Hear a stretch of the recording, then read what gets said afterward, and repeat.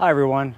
Today we'll be looking at my 2023 Honda Civic Type R and my 2023 BMW M2. I ended up with this M2 because I tried to buy a Type R and was encountering a lot of dealer markups of 15 to 20,000, and I thought to myself, I might as well just buy an M2. So went and put a deposit on M2, but also found a deal on a Civic Type R and decided to go for both. I've gotten feedback that people are looking at both cars, either one or the other, or to add an M2 alongside their Type R. The cars are very different, so I'm going to be covering my thoughts on these two cars. First, let's look at the data. From a performance standpoint, the BMW M2 beats the Type R in every objective category. From horsepower, where it has 138 more horsepower and 96 pound-feet more torque, and both cars dyno higher than their rated horsepowers. I'm just talking what's rated from the manufacturer. And the M2 out-accelerates the Type R. 0 to 60, 3.6 seconds versus 4.9. Quarter mile, 11.8 at 120 compared to 13.5 at 106. Braking, 100 feet from 60 to 0 compared to 104 feet. So, from performance standpoint, the M2 beats the Type R. Type R is more practical. The price being a huge difference between the two cars, at least the base MSRPs. Type R has more space, gets better gas mileage, so Type R beats the M2 in the practical categories. The prices differ greatly. Base MSRPs for these two cars differ by $18,805. The as configured MSRPs for these two cars differ by $24,000. So huge difference. Fortunately, I was able to get my Type R without a ADM, so I'm going to be looking at it from that perspective, factoring in the price differences between the two cars. I think both of these cars look great. They both have very big openings in the bumpers for cooling. I think they have aggressive front ends. Let's walk around the Type R first. Type R has a functional hood vent, functional fender vents, nice side skirts. I think this car looks special. Seeing it parked in the parking lot really stands out.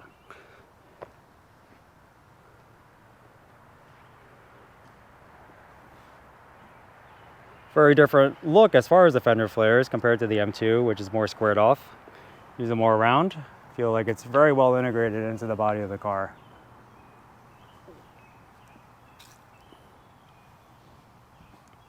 Fairly aggressive rear diffuser, the tri-exhaust.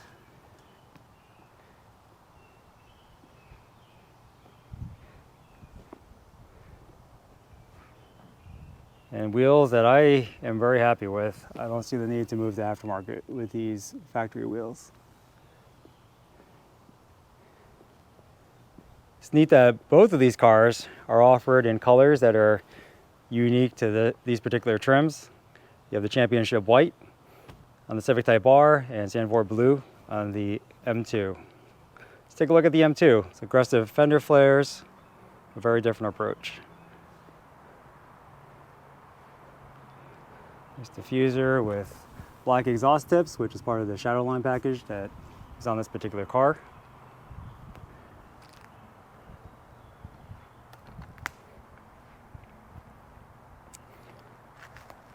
The brakes are bigger on the M2. It's a heavier car, needs them, but that's also part of where that extra cost comes into play.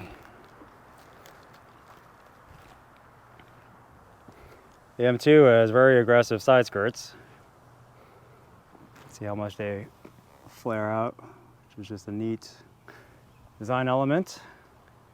It's great to see that from the factory.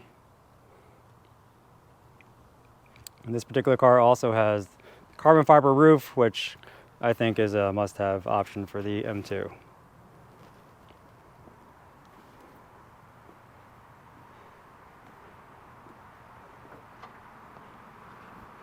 You can see the bulging hood on the M2. And we'll take a look at the engine bay in a second. The Type R, we have the K20 engine that's rated at 315 horsepower and 310 pound-feet of torque. See, with the Type R, we still have a manual hood prop. That's what helps keep the weight down in this car. It's also part of the cost savings. I know it's a minor detail, but we'll be seeing that throughout this video, kind of where that extra money goes into the BMW. This is a 2-liter 4-cylinder turbo. The M2, we have the S58, which is a true M engine. Puts out 453 horsepower, 406 pound-feet of torque, or at least that's what it's rated at. You know, both cars put out more power than what they're rated at. See just how this engine is stuffed into the engine bay here, and why that bump on the hood is needed to accommodate for it. This is a 3-liter inline-6 twin turbo. Let's look at the inside of the Type R first. Thank you for everyone who commented on my last video about the door locks. Figured out the setting to unlock the rear door when using keyless access for the front door. So that's very helpful, thank you. Type R's interior is very functional, sporty. I like the use of materials here, soft touch, with a mix of soft touch and hard touch. So there are a lot more hard plastics in this car than the M2, as you would expect, given the price difference. But I just wanted to highlight that. You know, we'll see what you get for the additional money in the M2 in a bit. Steering wheel, it's nice and sporty. You got the Honda shifter, which is just amazing. And this car comes with a wireless charger standard. Really, the only option on this car is championship white. So most of these features are standard. Digital gauge cluster. Infotainment screen is old school compared to the M2. Very functional interior with awesome seats. Nice material that really holds me in, both with the way the seat is and the bolstering and the material itself. Back seat is very functional. A lot of leg room. It's got this kind of sporty fabric. Got the inside of the M2. So both cars have this comfort access feature. I know it's not called comfort access in the Type R, but that's the BMW name for it, where you can walk up and have the doors unlock by just grabbing the handle.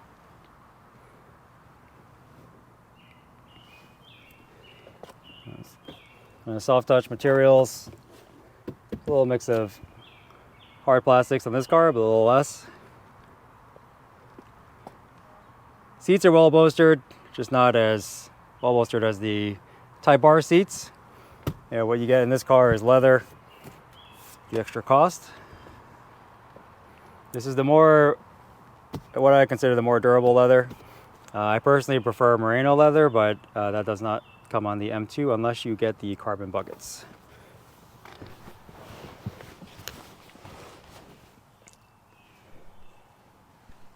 This is iDrive 8. Yeah, one very large screen. It works well with this car. It's well integrated, and I'm really happy with it. Yeah, this is a typical M sporty steering wheel, very thick. It feels very nice to use.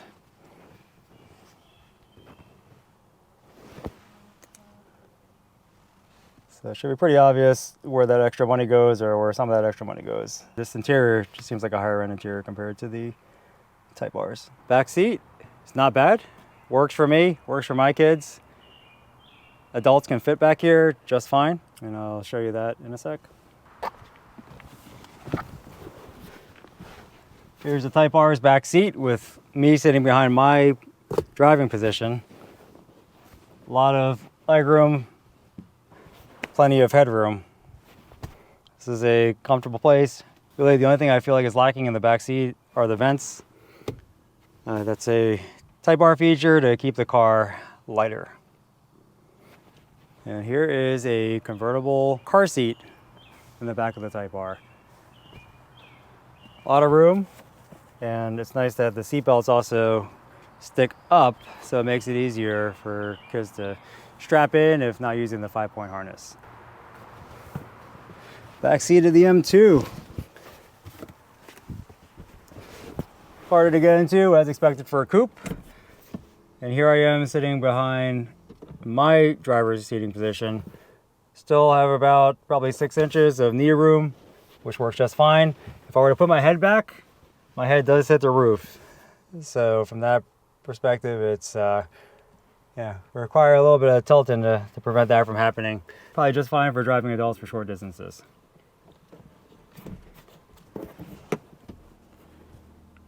And a motorized seat makes it easier for ingress and egress. Not easy, but easier.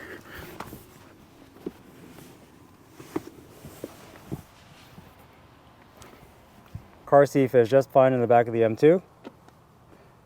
And if there's plenty of leg room for me, there'll be plenty of leg room for the kids as well. And my kids found it to be a comfortable place to be.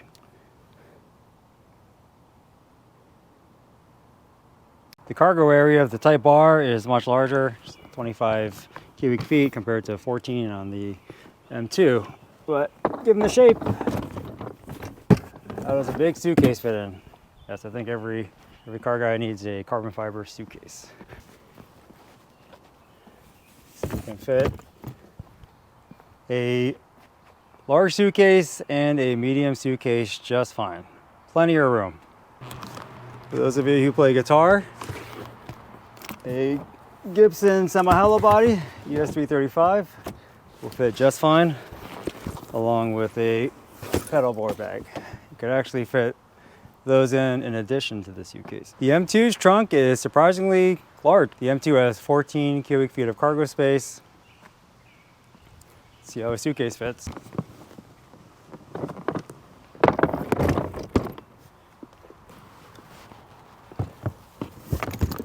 Two suitcases fit just fine in the M2 in the same orientation as it was in the Type R. And still room to spare.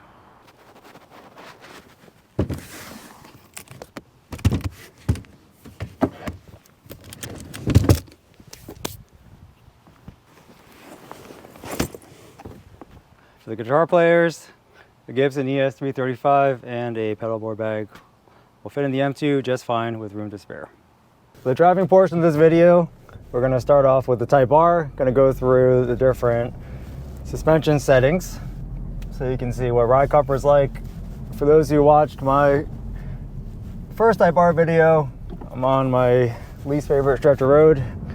It's very bumpy. I'm going to start off in comfort mode. Stabilization on the camera is off, so the bumps should come through. All right, this is comfort mode. Going to sport.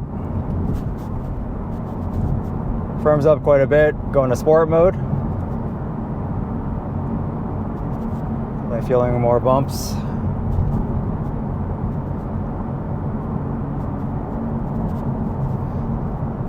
And plus R mode.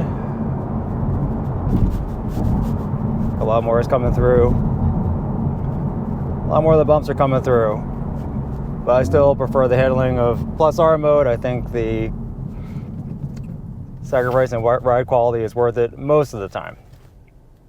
So we'll comment that both cars have quote unquote individual settings. It's called individual in the Type R, and in the M2 you have M1 and M2 settings where you can set your settings for suspension, engine, and other parameters independently. So my individual setting for this car is plus R everything and the suspension in comfort.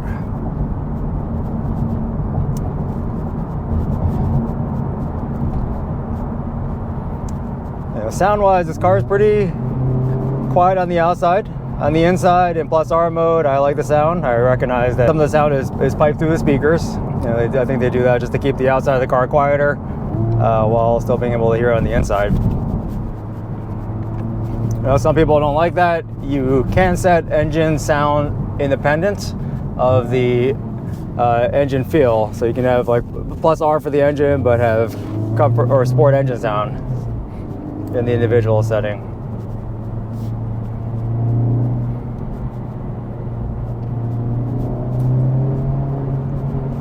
Handling, this car is a point and shoot type of car. Very flat, confidence inspiring.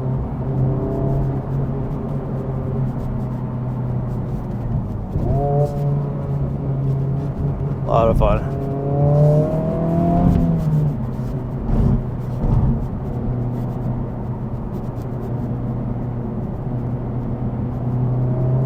You could have fun with this car without really even speeding.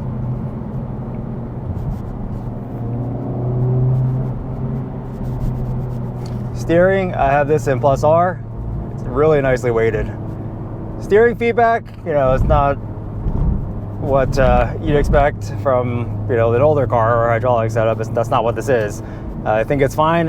You don't get the most steering feedback in this car. That is a downside.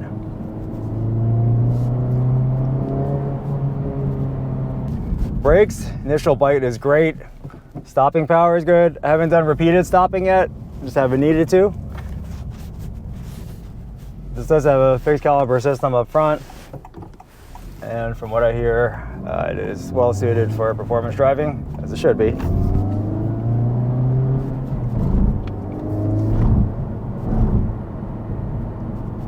Chassis is very composed.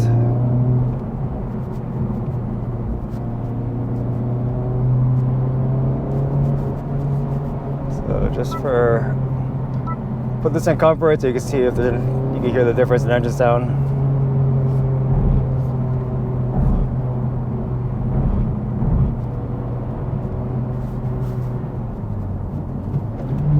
You hear that the downshift is much quieter in comfort mode.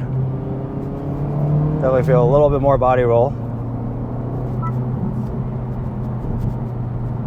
Go back to Plus R.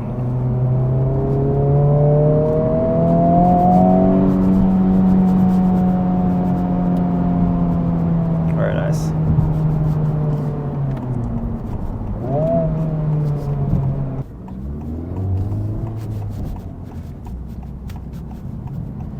Let's feel the engine and we'll hit the highway.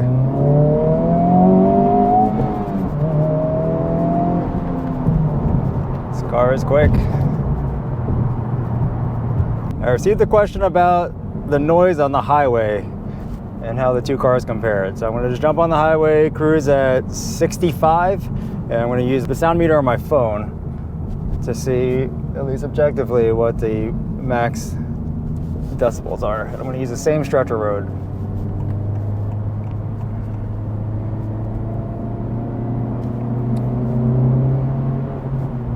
Hopefully I could hit 65 with these cars in front of me.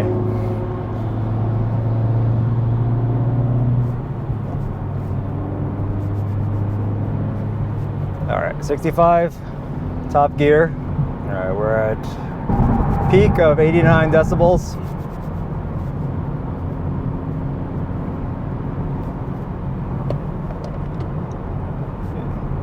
Let's try this again. Slow down a little bit. All right, right at 65. We're at 83 decibels. Guy behind me is probably wondering why I'm driving so slow. I'm at the speed limit.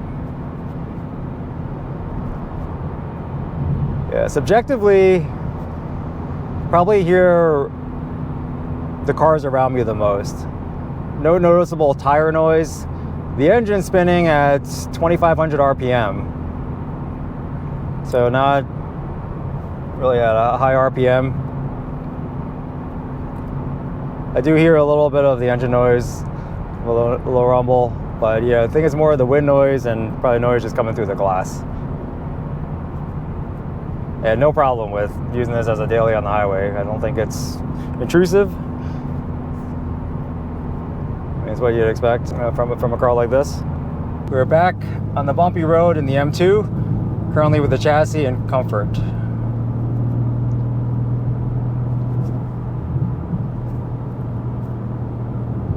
It feels sporty, but it is not uncomfortable. All right, let's put it in sport. Yeah, with chassis and sport, you feel the little bumps come through more.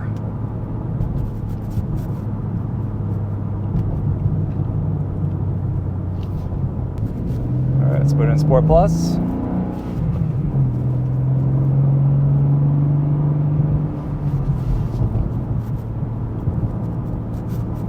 Sport Plus, you feel a little more. I think Sport Plus is in the M2 is more comfortable than Plus R in the Type R.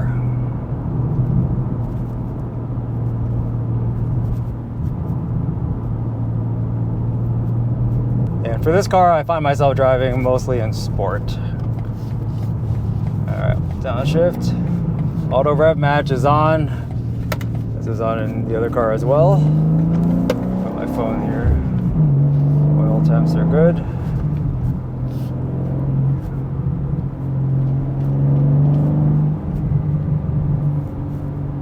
Yeah, hear a little bit more exhaust noise in the M2 than in the Type R. Feel the weight of this car. I mean, that extra 600 pounds is noticeable. This feels like a more substantial car. Whether it's a good thing or a bad thing, that's subjective.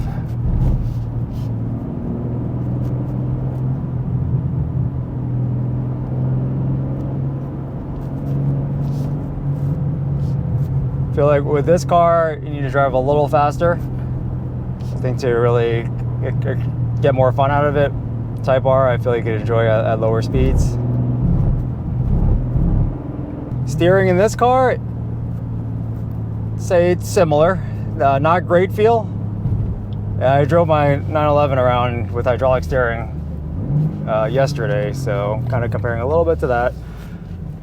Not necessarily fair, but steering is not bad. I'm getting a little bit of feedback from the road. Brakes on this car.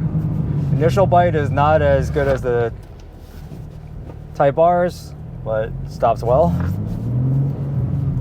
The shifter in this car is not as good as the Type R's, as you probably expect. It is, as I covered in my previous M2 video, probably typical for BMW. I don't think it's bad, but in comparison to the Type R's, this is more rubbery and is less positive.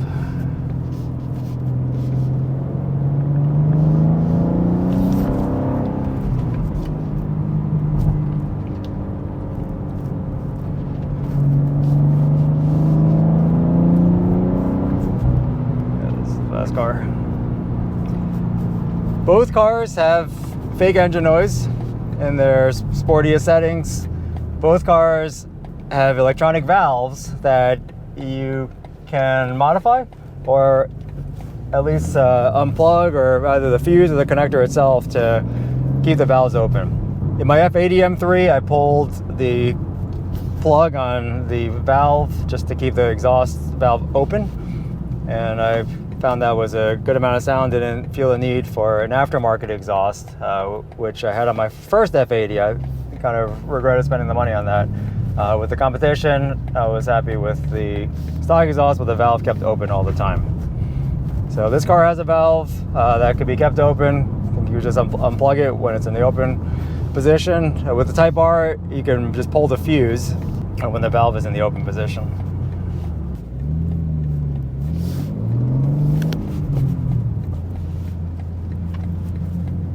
Fuel the engine, and we'll jump on the highway.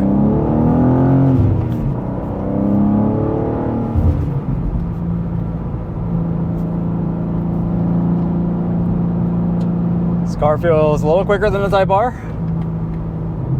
but surprisingly, it's not a night and day difference. I say that surprisingly because of the difference in horsepower, but this car may still be in a limbo because it hasn't gotten the break-in service yet. Alright, so we'll cruise at 65 and do some sound measurements. The tallest gear.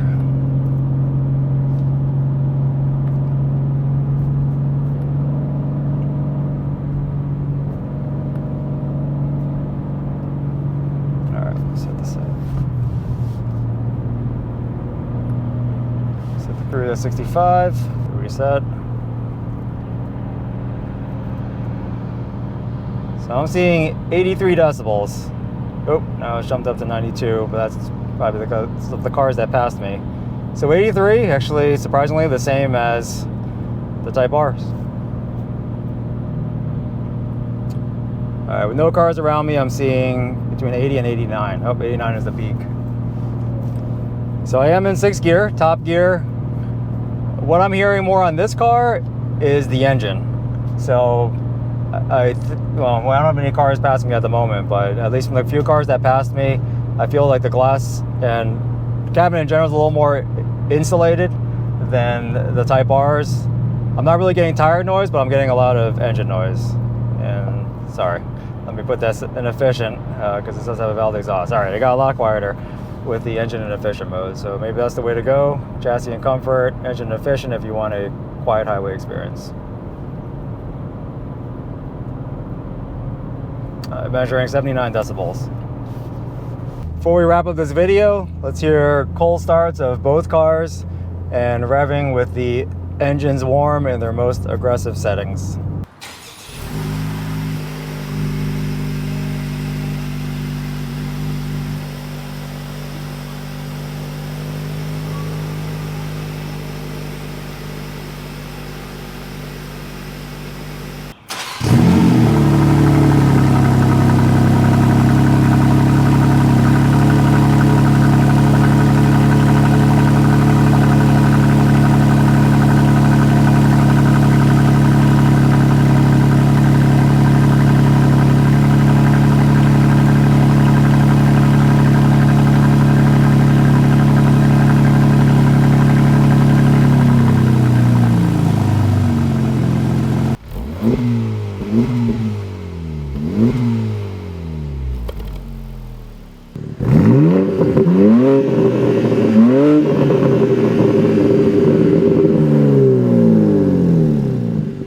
Those are my thoughts on these two cars.